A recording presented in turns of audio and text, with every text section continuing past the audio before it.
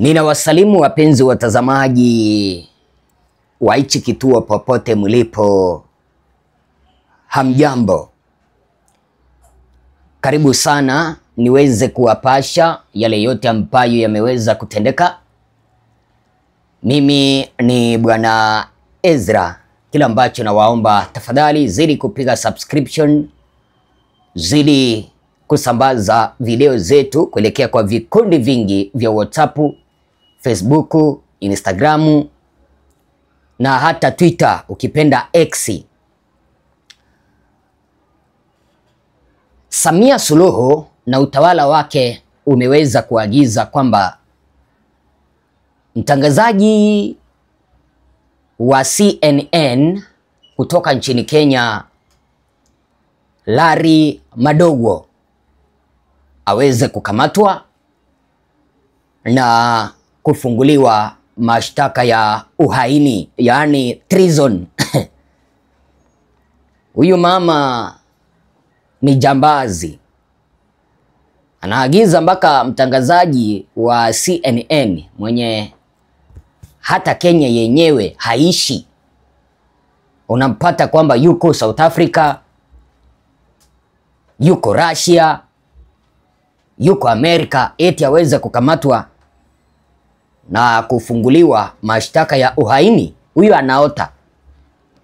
Manake hata Larry Madowo angekuwa Kenya hangekamatwa.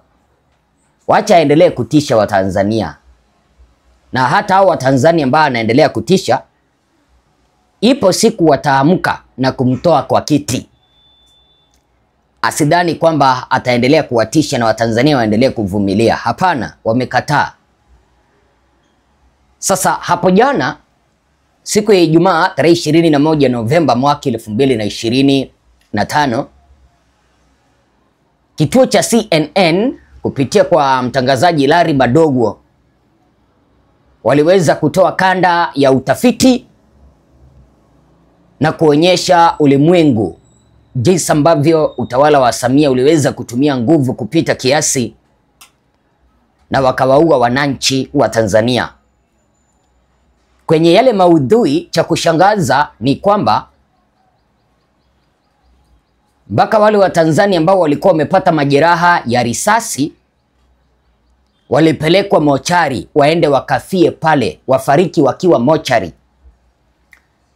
Ni madaktari waliweza kueleza kwamba juhudi zao za kujaribu kuokoa wale ambao walikuwa na majeraha na walikuwa bado hai hazikufua dafu, kwa sababu serikali kupitia kwa maafisa wa polisi waliweza kuwatisha. Wakawaambia kwamba msijaribu kuwaokoa. Kwa hivyo wakafariki, wengine wakafariki wakiwa kwa mochari. Vile vile kwenye yale maudhui ya Larry Madowo aliweza kueleza kwamba miili mingi ya Watanzania iliweza kuzikwa kwenye kaburi la pamoja upande wa Kondo Kunduchi, Dar es Salaam kaskazini. Japo nimeweza kupewa taarifa kwamba baada ya Larry Madowo kutangaza wazi kwamba serikali iliweza kulipa vijana wakachimba makaburi ya pamoja, mahala ambapo maelfu ya Watanzania waliweza kuzikwa kwenye kaburi za pamoja upande wa Kondo Kunduchi, usiku walituma maafisa wa polisi. Saa 11 jioni walituma maafisa wa polisi kwenda kulinda pale na wafukue ile miili waende kuizika mahala kwingine, ili ushahidi usije ukatumika dhidi yake Samia Suluhu. Sasa baada ya Samia kuweza kuona kwamba CNN na mtangazaji wake Larry Madowo wameweza kufungua macho wa Tanzania, sasa Samia ameweza kutangaza kwamba Larry Madowo akionekana tu hivi Tanzania akamatwe na jeshi la ulinzi la polisi Tanzania, kisha afunguliwe mashtaka. Kumbuka kwamba watangazaji wa Tanzania hawawezi wakazungumza hata jinsi ambavyo huwa ninazungumza hapa.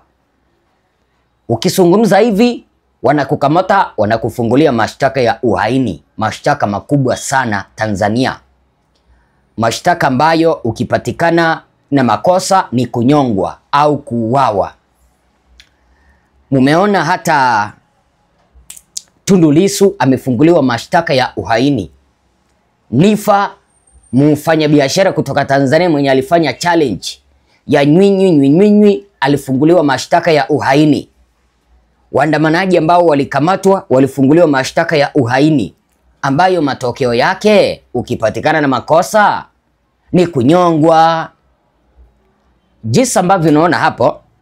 Sasa huyu rais mwenye aliiba kura Tanzania ameweza kusema kwamba huyu kijana anaitwa Larry Madowo kutoka Kenya anayefanya na CNN akikanyaga Tanzania ashikwe na ashtakiwe na uhaini na uchochezi. Amechafua sifa ya Tanzania, watu walikufa 20 na yeye anasema 2000. Huyu mama anasema kwamba Larry Madowo akikanyaga Tanzania aweze kukamatwa na kufunguliwa mashtaka ya uhaini na uchochezi. Yaani yeye anaona kwamba Larry ameweza kuwachochea Watanzania kuweza kukataa serikali ya Samia. Ukweli ni kwamba Samia aliweza kuwaua Watanzania, mikono yake inatiririkwa na damu ya Watanzania. Ukweli ni kwamba yale madaraka ambayo anashikilia aliweza kuwaua Watanzania akaingia madarakani. Ukweli ni kwamba maafisa wa polisi waliweza kuwaua Watanzania kisha wakawazika upande wa Kondo Kunduchi. Alafu sasa anasema kwamba Watanzania hawakuaga 2000 jinsi ambavyo CNN iliweza kuripoti. Yeye anasema kwamba wale ambao waliaga dunia ni 20. Wacha niweze kukuuliza mpenzi mtazamaji. Hao 20 ambao anasema kwamba waliweza kuaga dunia sio Watanzania? Hawana uhuru wa kuishi? Kwani ilikuwa ni lazima aweze kuwaua ndiposa aendelee kushikilia mamlaka? Huyu mama inaonekana kwamba yuko tayari kufanya lolote lile, hata kana kwamba ni kumwaga damu, kutumia mamlaka ndiposa aendelee kusalia mamlakani.